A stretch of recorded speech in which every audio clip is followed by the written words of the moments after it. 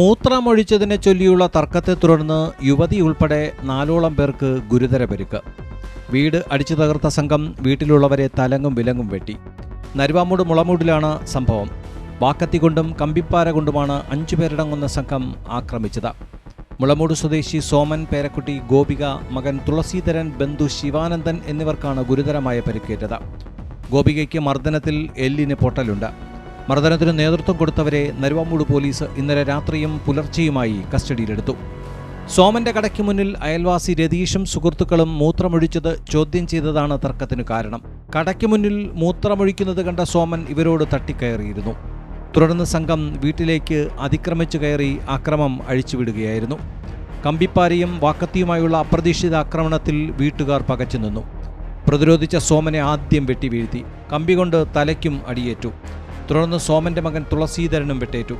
തടഞ്ഞ ഗോപികയെ കുനിച്ചു മുതുകിലിടിച്ചു. വീട്ടിലെ ഫർണിച്ചറുകൾ തകർത്ത സംഘം ചോദ്യം ചെയ്ത സോമന്റെ ബന്ധു ശിവാനന്ദനെയും വെട്ടി. സോമന് തലയ്ക്കും നടുവിനും കാലിനും വിരലുകൾക്കും പൊട്ടലുണ്ട്. സോമന്റെ പേരക്കുട്ടി ഗോപികയ്ക്ക് മർദ്ദനത്തിൽ എല്ലിന് പൊട്ടൽ സംഭവിച്ചിട്ടുണ്ടെന്ന് പോലീസ് അറിയിച്ചു.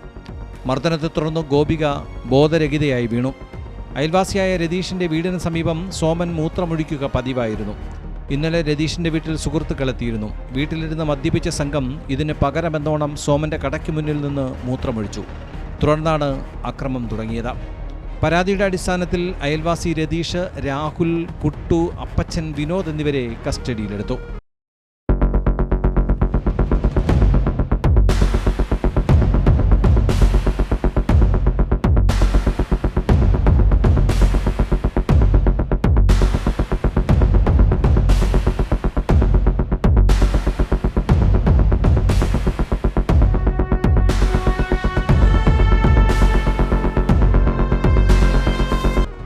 Time we news, Thiruvananthapuram.